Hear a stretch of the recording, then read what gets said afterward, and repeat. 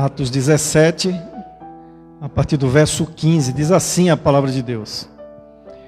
Os que acompanhavam Paulo o levaram até Atenas, e recebendo ordem para que Silas e Timóteo fossem ter com ele, o mais depressa possível partiram. E enquanto Paulo os esperava em Atenas, o seu espírito se comovia em si mesmo, vendo a cidade tão entregue à idolatria, de sorte que disputava na sinagoga com os judeus e os religiosos, e todos os dias na praça com os que se apresentavam. E alguns dos filósofos epicureus e estoicos contendiam com ele. Uns diziam: que quer dizer este paroleiro? E outros: parece que é pregador de deuses estranhos, porque lhes anunciava Jesus e a ressurreição. E tomando, o levaram ao Areópago, dizendo: poderemos nós saber que nova doutrina é essa de que falas? Versículo 20. Pois coisas estranhas nos trazes aos ouvidos, queremos, pois, saber o que vem a ser isto. Pois todos os atenienses e estrangeiros residentes de nenhuma outra coisa se ocupavam, senão de dizer e ouvir alguma novidade. E estando Paulo no meio do Areópago, disse: varões atenienses, em tudo vos vejo um tanto supersticiosos, porque passando eu e vendo os vossos santuários, achei também um altar em que estava escrito: ao Deus desconhecido. Esse, pois, que vos honrais, não o conhecendo, é o que eu vos anuncio. O Deus que fez o mundo e tudo o que nele há, sendo Senhor do céu e da terra, não habita em templos feitos por mãos de homens, tampouco é servido por mãos de homens, como que necessitando de alguma coisa, pois ele mesmo é quem dá a todos a vida e a respiração a todas as coisas. E de um só fez toda a geração dos homens para habitar sobre toda a face da terra, determinando os tempos já dantes ordenados e os limites da sua habitação, para que buscassem ao Senhor, se porventura tateando o pudessem achar, ainda que não está longe de cada um de nós, porque nele vivemos e nos movemos e existimos, como também alguns dos vossos poetas disseram, pois somos também sua geração.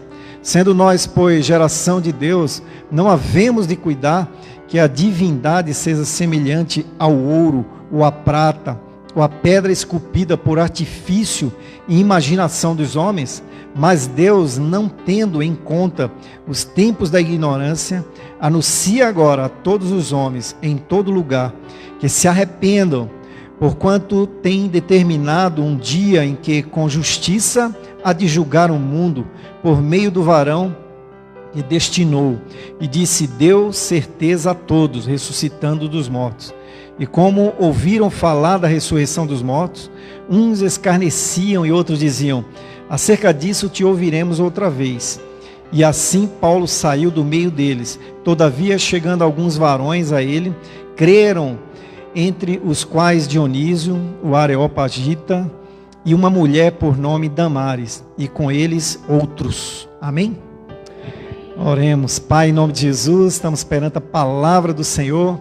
Te pedimos que, em nome do Senhor Jesus, o Senhor fale aos nossos corações, Senhor. Fala conosco, em nome do Senhor Jesus. Amém. E amém. Na Grécia Antiga, alguns estudiosos dizem que existia cerca de 30 mil deuses lá em Atenas. E tem um relato de um filósofo chamado Parmênides. Esse Parmênides, ele viveu 600 anos antes de Cristo. Ele conta uma história, que conta a história que Parmênides, houve uma grande praga na Grécia, houve uma grande praga terrível que matava pessoas e animais, e eles tinham cerca de 30 mil deuses, e eles pediam aqueles deuses para que levasse embora aquela praga, mas a praga não ia embora. E esse Parmênides, Alguns dizem que ele temia a Deus, né? E ele fala assim, olha, peguem as ovelhas, soltem elas nos pastos, e aquela que se deitar, ali vocês vão levantar um altar ao Deus desconhecido, né? E quem sabe vocês não fizeram alguma coisa que desagradaram a esse Deus, porque vocês já ofertaram, né? Fizeram oferta a todos os deuses, todos os panteões que existem em Atenas, na Grécia, e nada foi, a praga não cessou. Então vocês vão fazer isso. E quando eles soltaram as ovelhas, né? Elas com fome, algumas elas deitaram, algumas não saíram para comer. E ali eles levantaram um altar e colocaram um altar ao Deus desconhecido e sacrificaram aquelas ovelhas. E a praga cessou. E a praga parou. Então, com o passar dos anos, com o passar do tempo, aonde essas ovelhas tinham ido, tinham vários altares ao Deus desconhecido.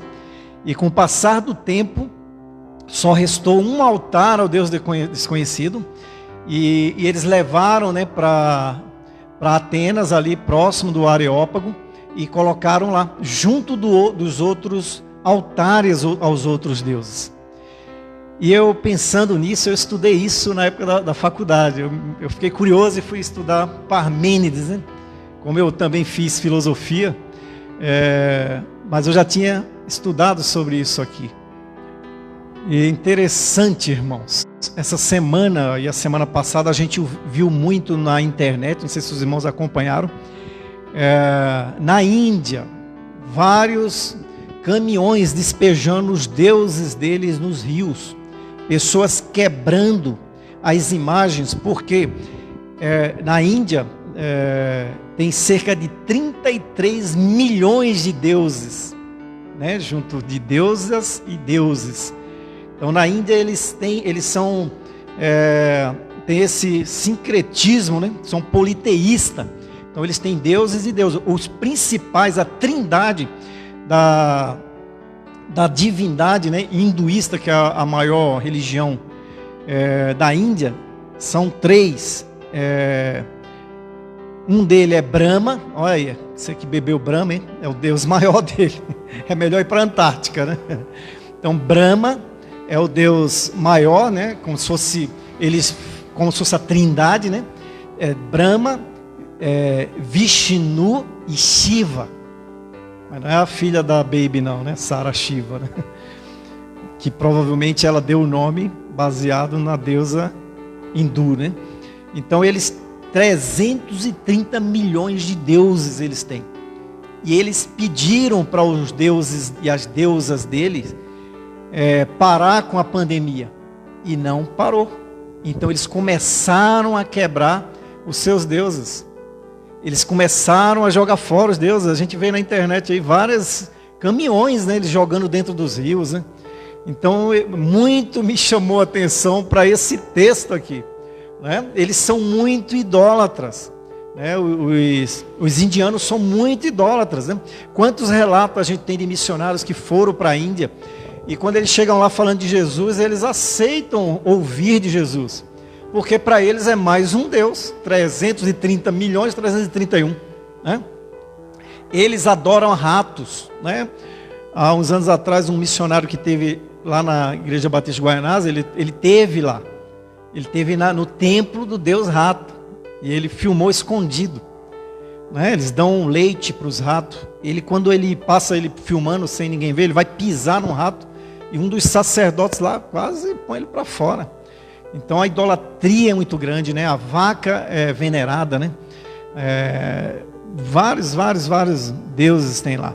Então é interessante fazer esse paralelo entre esse texto aqui, o que Paulo viveu em Atenas, né? E a história que conta desse altar ao Deus desconhecido, e a história que nós estamos vivendo hoje na Índia.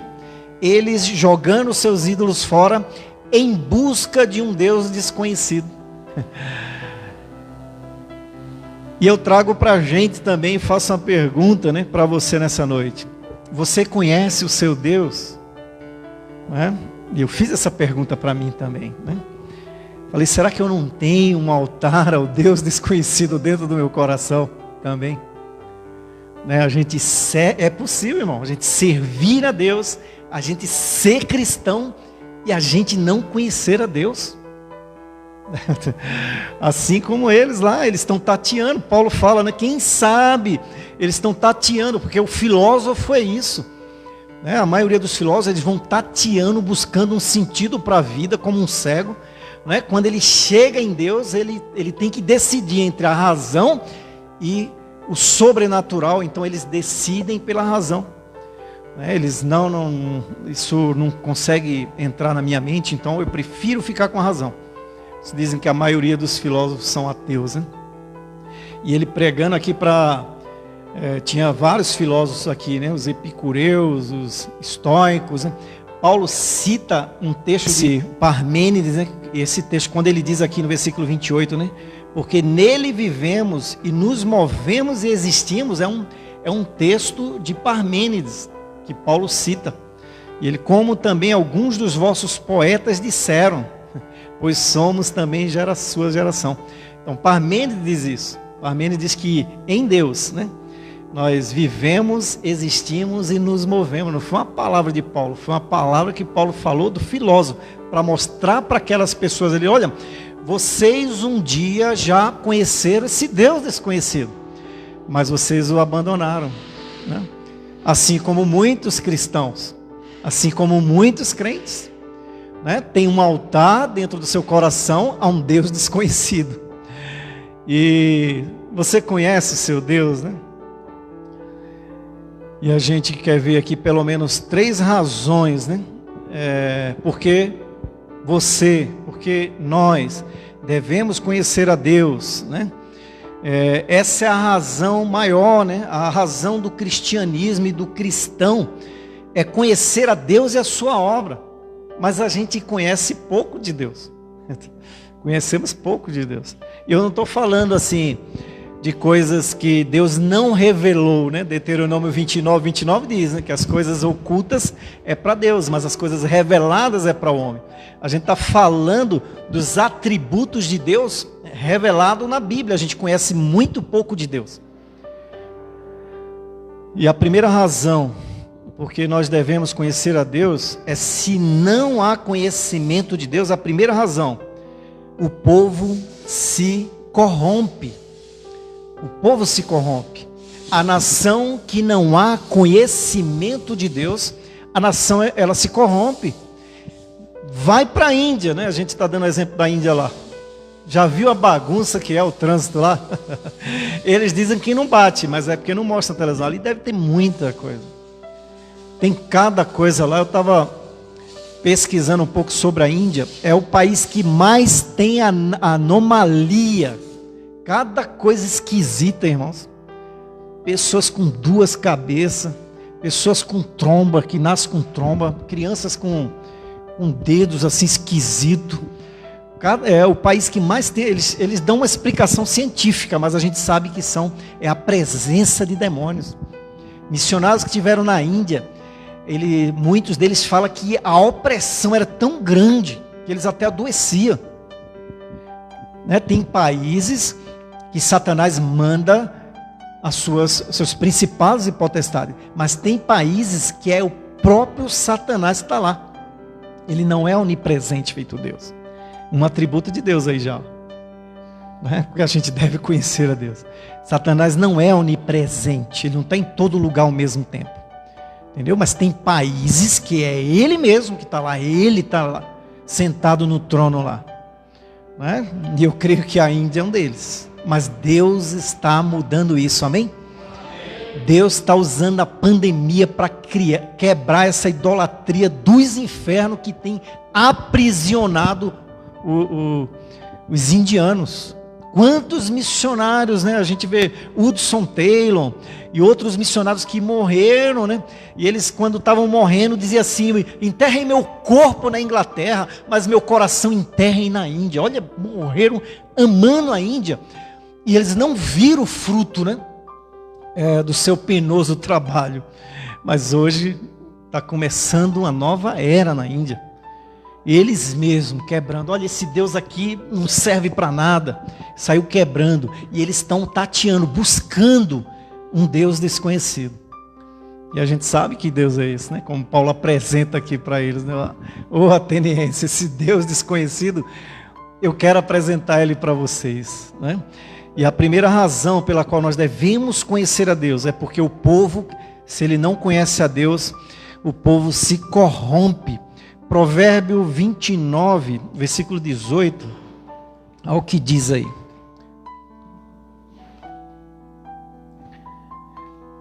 Provérbio 29, verso 18.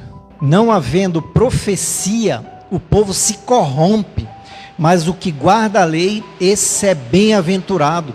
Quando não há profecia, quando não há palavra de Deus, quando não há conhecimento de Deus, o povo se corrompe. O povo, ele começa a se corromper, né? Olha como está o Brasil hoje.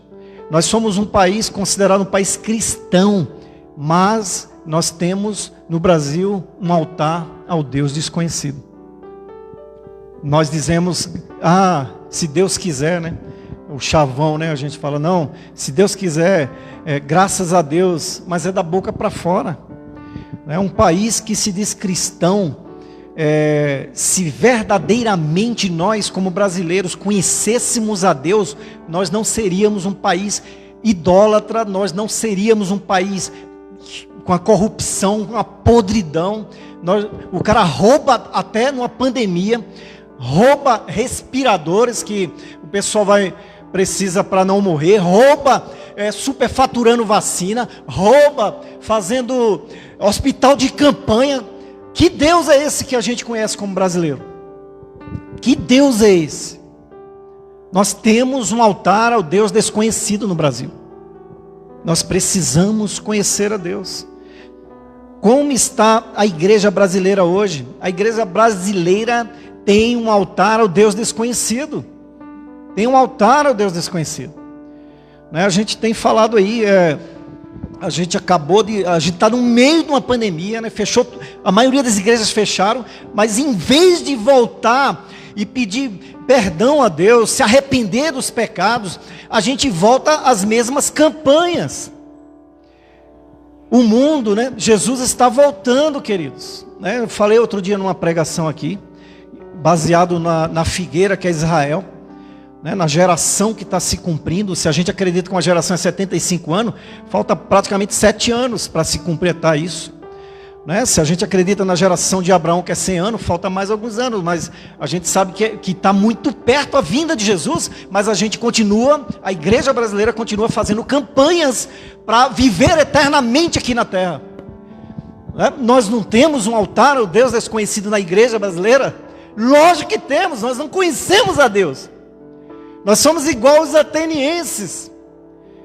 Nós estamos igual. Acho que os indianos estão mais se arrependendo e vendo, começando a enxergar que eles precisam de um Deus. Mas nós que dizemos que temos Deus, continuamos sem conhecer a Deus.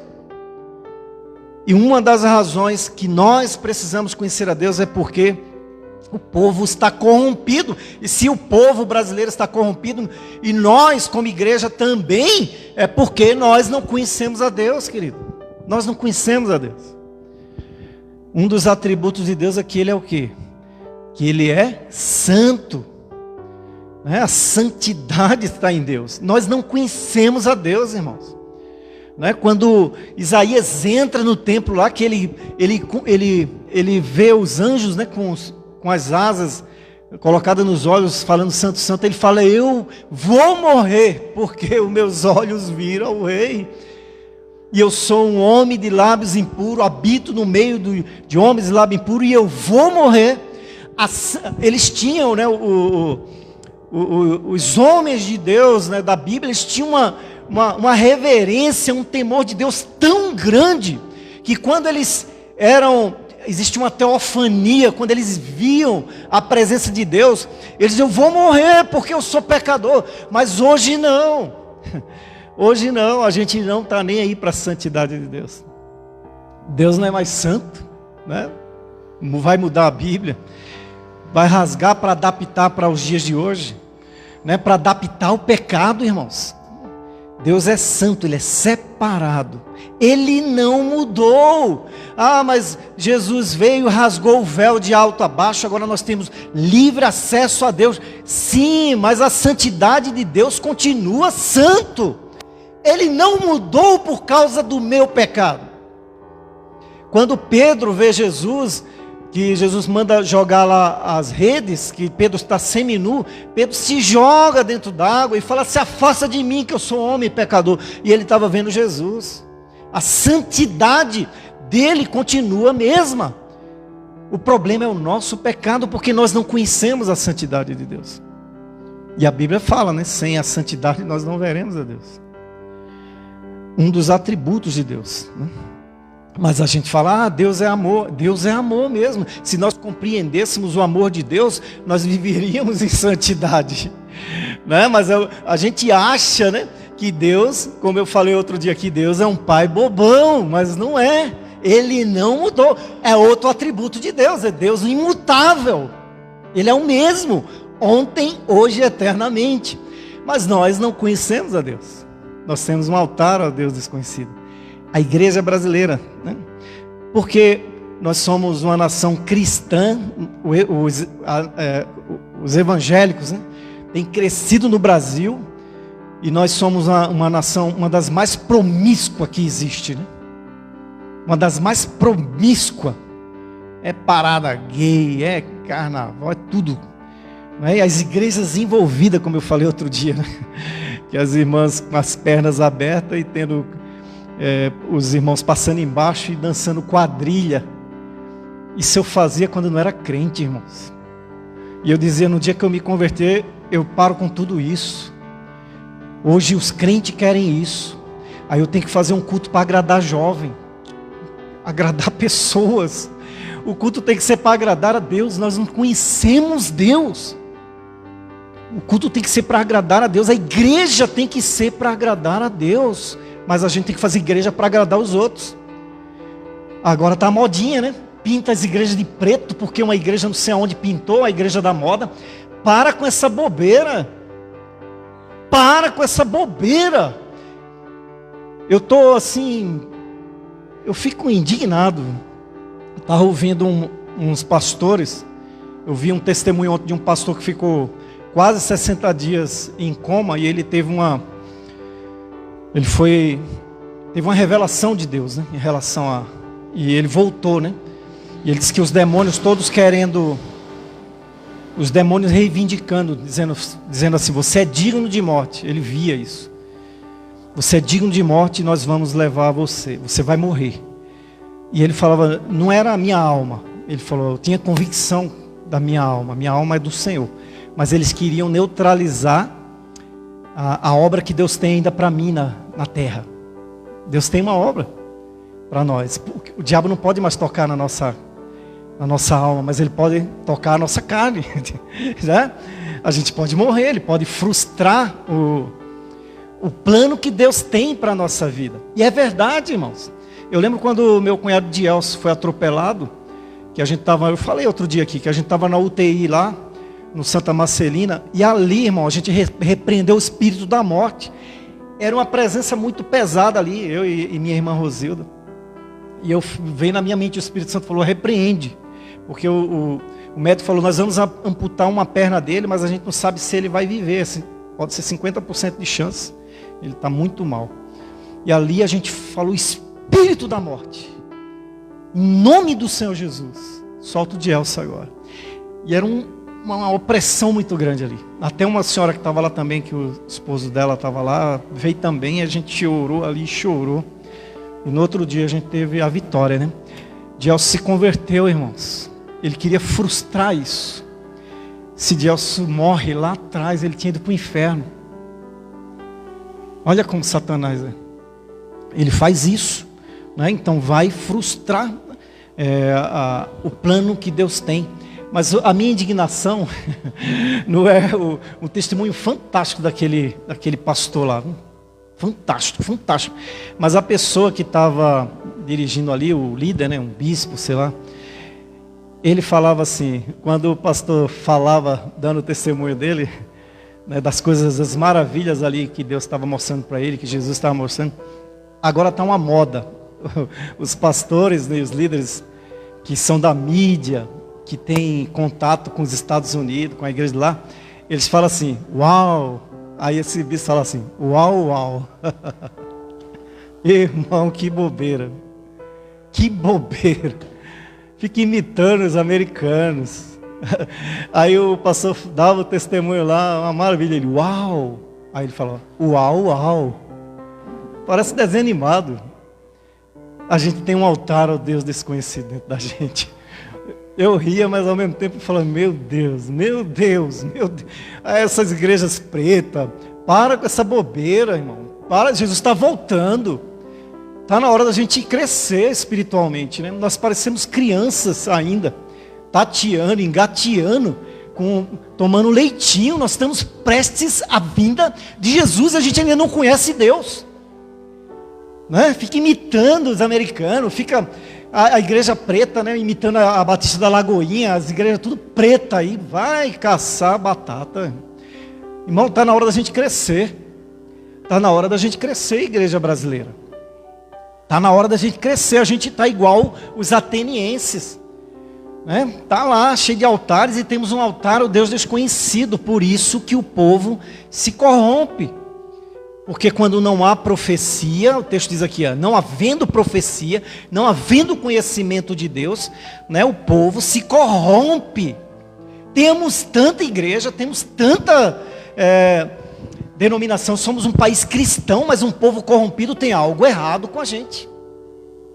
Tem algo, a gente tem que mudar, começa em mim. Começa em mim, eu preciso conhecer mais de Deus. Né? Eu preciso conhecer mais do Senhor. E o povo se corrompe mesmo. A gente vai ver lá em Juízes capítulo 2, né? 300 anos sem Deus.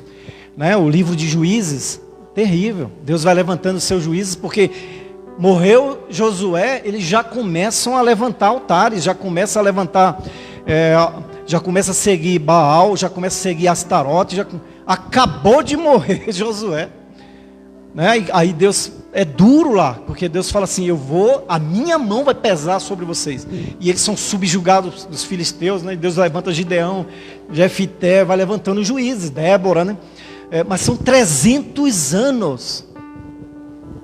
Enoque andou 300 anos com Deus, né? O povo que saiu do Egito lá, depois que morrem os líderes, né? Os crentes, eles ficam 300 anos andando sem Deus. Até que eles pedem um rei, né? O último juiz é o profeta Samuel. Você realmente conhece o seu Deus? A segunda razão é que o povo será destruído. O povo que não conhece Deus, ele é destruído. Olha lá Oséias, né? Oséias 4:6. O meu povo foi destruído porque lhe faltou o conhecimento. Porque tu rejeitaste o conhecimento, também eu te rejeitarei, para que não sejais sacerdote diante de mim, visto que te esqueceste da lei do teu Deus, também eu me esquecerei de teus filhos. Então, quando a gente não conhece Deus, seremos destruídos, irmãos, se não conhecermos a Deus. Espírito de engano vai vir sobre a nação. Espírito de engano, espírito de idolatria. O Brasil está sob um espírito de engano, irmãos? Lógico que está. Lógico que está. Né? Pessoas que se descrente concordando com aborto, pessoas que se descrente concordando com pedofilia, homossexualidade, pessoas que se descrente. Eu não sei não se não vai nessas paradas gay. Pessoas crentes, irmãos, entre aspas. Né? Outro dia, há um ano e pouco atrás, uns meninos, uma coisa que eu postei no meu Facebook, eles fizeram umas críticas lá e eu ia responder, e Deus usou um irmão, né, e falou, não responde não, Ivo. E eu fiquei tão indignado, né, que eram pessoas crentes assim, eu fiquei tão chateado, um peso, mas o Espírito Santo veio ali e falou assim, não se incomode, eles estão sob um espírito de engano. Eles estão sob um espírito de engano. Porque era uma coisa tão clara, aquilo que eu coloquei lá, sobre o que a Bíblia diz, e a pessoa defendendo uma posição ideológica, uma posição de partidos políticos e jogando a Bíblia no lixo. Assim como lá em Acabe, né? Lembra em Acabe lá? Quando Deus falou, quem dentre vós vai sair daqui e vai enganar Acabe? Para que ele vá à guerra e morra. Né? Um espírito de engano saiu e entrou lá nos profetas, né? De Acabe. 400 profetas enganados. Profetas. Entrou lá e enganou. Só Micaías que veio e falou a verdade mesmo assim, ele não creu. Ele mandou chamar, tem uma aqui que fala. Quando ele veio, ele não creu. Por quê? Tinha um espírito de enganação, um espírito de mentira, porque não há conhecimento de Deus. Quando não há conhecimento de Deus há destruição. E vai vir um espírito de engano. Vai vir um espírito de engano na liderança brasileira. Né? Vai haver um espírito de engano na igreja, a igreja brasileira. A gente vinha falando no carro agora há pouco com o Alexandre, né? Os pastores sérios, os pastores que temem a Deus, eles estão falando da vida de Jesus, mas eu estou vendo um monte de pastores líderes aí que não fala disso. Continua pregando sobre a prosperidade, continua pregando que aqui é o céu. Eu não vejo nenhum desses, né? Os grandes, os televisivos não falam que Jesus está voltando. Continua nas suas grandes campanhas. É um espírito de engano. Os profetas de Acabe não foram enganados lá. Por quê? Porque não há conhecimento de Deus. Não há conhecimento de Deus, que Deus é, um dos atributos de Deus é justiça. Deus é justo. Né? Ele mede com a régua que tem que medir. Ele não... A gente compara Deus com a gente, irmãos. O problema da nossa teologia hoje é essa. É uma teologia feita para o homem. Não é mais cristocêntrica nem teocêntrica. Não é Deus no centro. Não é Jesus no centro. É o homem no centro. É agradando o homem. É tudo para o homem. Eu já falei uma vez, né, que nos Estados Unidos o pastor desceu com aquele negócio que voa lá. Sabe, um colete que voa? Aí desceu no meio. Que absurdo. Que absurdo. Uau, uau. Uau. Que bobeira. Jesus está voltando. E a gente com essas bobeiras, né? Só quer adquirir. E Deus, adquirir conhecimento de Deus. Deus é justo. O espírito de idolatria, né? Idolatria não é só se dobrar nem acender vela para um ídolo. Idolatria é o dinheiro, né? A teologia da prosperidade, o ídolo é mamon. E Jesus falou isso. Não dá para adorar a dois senhores, né? Ou você adora a Deus ou você adora mamon. Não estou dizendo que a gente não tem que ter as coisas, estou dizendo que a gente não tem que batalhar mesmo e conseguir, mas isso não é a prioridade. Quando Jesus voltar, vai ficar tudo aí. Muita gente tem morrido aí no coronavírus, fica tudo. Tem pessoas que morrem hoje e os filhos estão brigando no outro dia. E a pessoa se matou, nem viveu, né? Tem gente que nem vive e acumulou muita coisa. Aí morreu, deixou os filhos tudo, às vezes até se mata. Né? Eu vi um testemunho esses dias que um rapaz contou, né? Ele se converteu e contou para o pastor. E ele falou assim: pastor, eu era... todos os nossos parentes morreram, ficaram 2 tios meus, e eu dependia deles para que eu herdasse a herança. Eu era filho único, e ficou essa herança na mão desses 2 tios meus. Eu fiz um trabalho de bruxaria e matou os 2. Eu herdei tudo. Só que Satanás dá, Satanás tira. Deus não, Deus dá e te dá mesmo.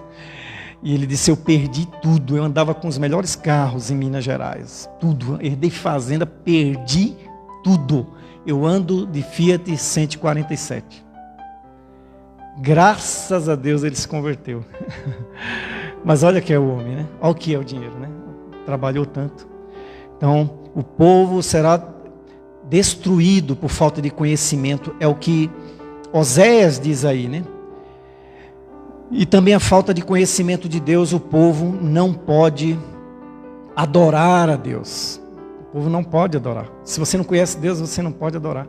Por que que a gente não adora em espírito e em verdade? Lembra lá da mulher lá, né? Em João 4 lá atrás, né? Disse a mulher em 19, a mulher: Senhor, vejo que é esse profeta. Nossos pais adoraram neste monte. E vós dizeis que é em Jerusalém o lugar onde se deve adorar? Disse Jesus: mulher, crê-me que a hora vem em que nem neste monte, nem em Jerusalém adorarás o Pai. Vós adorais o que não sabeis. Nós adoramos o que sabemos, porque a salvação vem dos judeus. Muita gente está adorando a um Deus desconhecido, irmão. Amém ou não? Muita adoração aí não está chegando no altar do Senhor. Muita. Muito oba-oba, muito louvorzão. Está adorando o que não sabe. Porque como que eu vou... para mim adorar a Deus, eu preciso conhecer a Deus. E a pessoa não conhece a Deus. Se a pessoa não conhece a Deus, só uns atributos aqui que eu relacionei, né? De Deus, né? A pessoa não conhece a onipresença de Deus. Onipresença é o quê? Atributos é o quê? São as qualidades atribuídas ao caráter de Deus. Então, onipresença, Deus é todo presente. Satanás não. Deus está em todo lugar ao mesmo tempo. Deus está com a gente aqui, está lá na Índia, está lá na China, está em todo lugar. Então, se a gente conhecesse a onipresença de Deus, a gente sabia que quando a gente está sozinho, a gente não está sozinho. Também? Então, quando a gente fosse fazer uma besteira, a gente tem que trazer essa memória e saber que Deus está presente. Por isso que o povo ele é destruído por falta de conhecimento de Deus. O temor de Deus é o princípio de toda sabedoria, porque se eu temo, o Deus de hoje não precisa temer a Ele, já viu isso? Precisa temer a Deus? É um pai bobão. Pai bobão, eu erro e Ele vai sempre me dando as coisas, não é assim? Eu bato, o pai me dá o carro, eu bato o carro, o pai me dá outro carro no outro dia. Não é assim. Mas as pessoas hoje, as igrejas têm ensinado que Deus é isso aí, né? É um Papai Noel. Aí esquece que Deus é onipresente e tudo que a gente faz é computado. Tudo que a gente faz está no nosso DVD da nossa vida. Então, se a gente pensasse na onipresença de Deus, a gente sabia que Ele está em todo lugar ao mesmo tempo. Então, a gente nunca está só. Onisciência. Deus é todo sábio, né? Deus sabe todas as coisas. Deus sabe o que a gente está pensando, o que você está pensando aí agora. O pastor não vai terminar essa mensagem, não? Falta muito aí para terminar. Deus sabe. Entendeu? Olha como a gente não conhece Deus. E a gente tenta dar uma enrolada em Deus, não é verdade?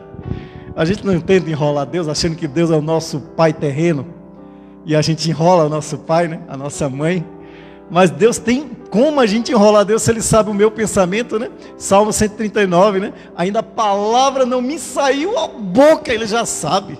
Olha, se eu subir ao céu, Ele está lá. Se eu descer ao Sheol, Ele está lá. Se eu for para as profundezas das águas, Ele também está lá. Eu não tenho para onde. Ele me sonda por trás, por diante. Ele me conhece, o meu levantar, o meu deitar. Se a gente conhecesse a onisciência de Deus, a gente iria parar na hora de pecar, né? Até em pensamento. Mas pastor, eu não faço nada de mal para as pessoas, mas eu penso mal delas. Estou em pecado, né? Não estou em pecado? Jesus não falou sobre, mas eu nunca adulterei. Jesus falou, aquele que atentar para cobiçar uma mulher já se deitou com ela no seu coração. Olha que coisa terrível. Feio, né? Se eu conheço Deus, a onisciência de Deus, eu vou ficar mais preocupado. Opa, pensamentozinho ali, que Deus já sabe o que vai sair, pede perdão.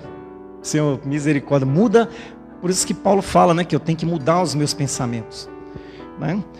Onipotência, tudo está sobre o domínio dele. Mas a gente conhece Deus.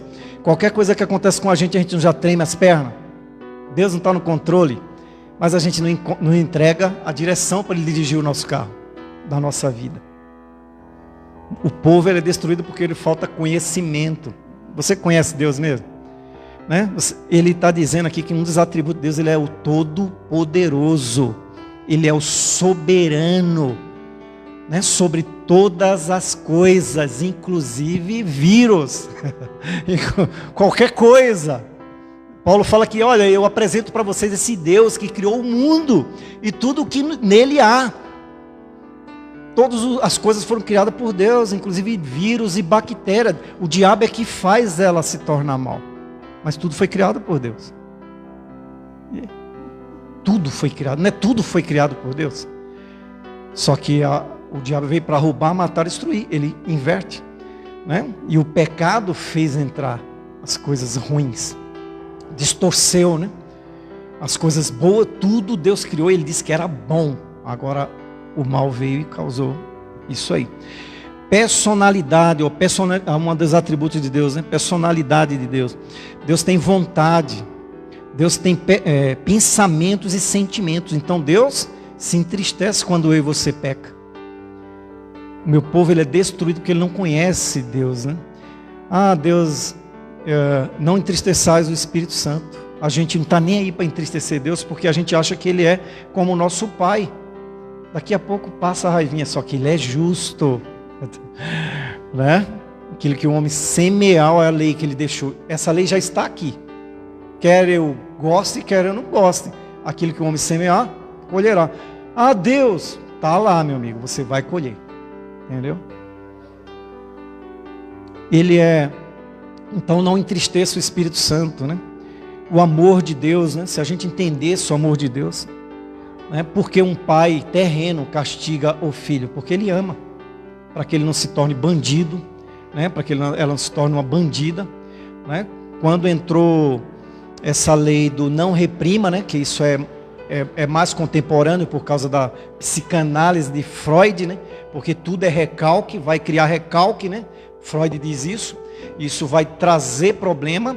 Trouxe uma sociedade aí totalmente complicada por falta de conhecimento de Deus. O que é que Deus diz? Repreenda, corrija, né? Mas a gente não conhece esse Deus. Não, Deus é amor. A gente vê tanto isso aí, Deus é amor. Deus não vai fazer isso, Deus não faz. Não, mas tem leis que Ele já deixou. Ele não já deixou essa lei? Tudo que o homem semear, ele colherá, acabou, não é mais Deus. Ele já deixou, ele alertou. Agora você não conhece Deus, né? Justiça, Ele é plenamente justo e perfeito em retidão. Mas a gente quer enganar, né? A gente, né, dá o jeitinho brasileiro, né?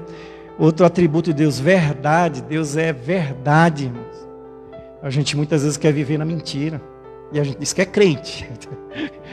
Né? Quantos pastores, quantos líderes enganam em prol de uma coisa, dizendo que é verdade, em prol dele mesmo. Santidade, Deus é santo, né? Eternidade, Ele é eterno. E aí vai misericórdia, bondade, sabedoria, né?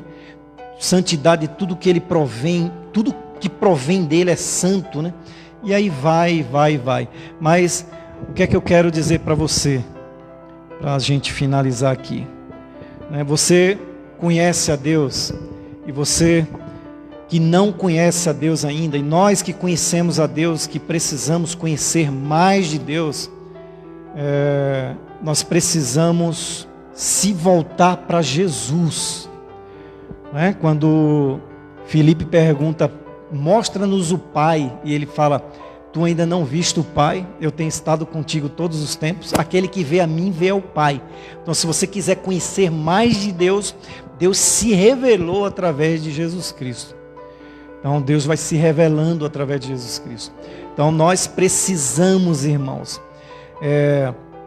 esse altar ao Deus desconhecido, nós precisamos colocar Jesus nele. O lugar é de Jesus, o lugar é de Deus.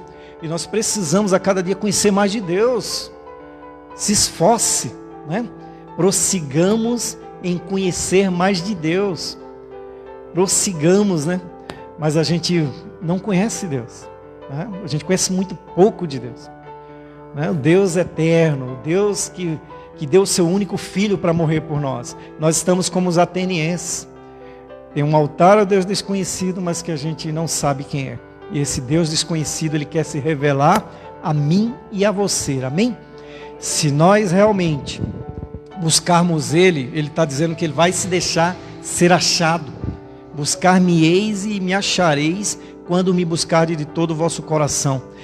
Não precisa sofrer, irmão. Parece que a gente só mete a cara no pó quando a gente está passando por uma luta e provação. Por que isso? Para que isso? Porque a gente não busca o Senhor de todo o coração hoje. Por aquilo que Ele é, né? Por aquilo que Ele é. Mas a gente vai correr atrás de Deus quando a gente está passando lutas, né? Quando a gente está passando luta e chora e geme. Hoje mesmo é o dia da gente conhecer ao Senhor, amém? E você que está em casa, meu querido, conheça o Senhor, né? Conheça a Deus através de Jesus Cristo.